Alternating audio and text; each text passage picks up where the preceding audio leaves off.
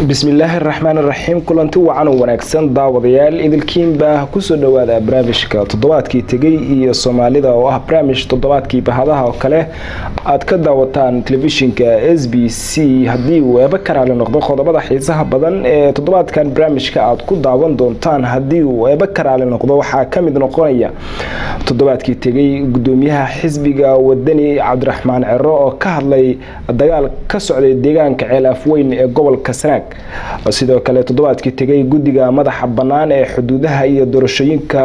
Jubbaland ayaa ku dhawaaqay liiska xildhibaanada cusub ee baarlamaanka labaad ee dowlad goboleedka Jubbaland toddobaadkii tagay madaxweynaha jamhuuriyadda federaalka Soomaaliya oo shacabka u diray hambalyo ku aadan munaasabada Ciidul Fidriga komishinka doorashooyinka Somaliland oo ka hadlay toddobaadkii tagay xaaladda doorashooyinka Somaliland shirka wada tashiga wasaaradda boostada iyo isgaarsiinta federaalka ee dowlad goboleedyada oo toddobaadkii tagay ka furmay magaalada Baydhabo gudiga dib u heshiisiinta galmudug oo ka hadlay furitaanka shirweynaha Dhuusamareeb ka furmaya ra'iisul wasaare Qeere oo cisbitaalada ku booqday askartii ku dhaawacantay qaraxyadii iyo weeraradii tooska ahaa ee ka dhacay degmada Awdhigle ee gobolka Shabeellaha Hoose madaxweyne Farmaajo oo garoonka ciyaaraha Banaadir Stadium ugu magac daray Allah u naxariistay gudoomiyihii hore ee gobolka Banaadir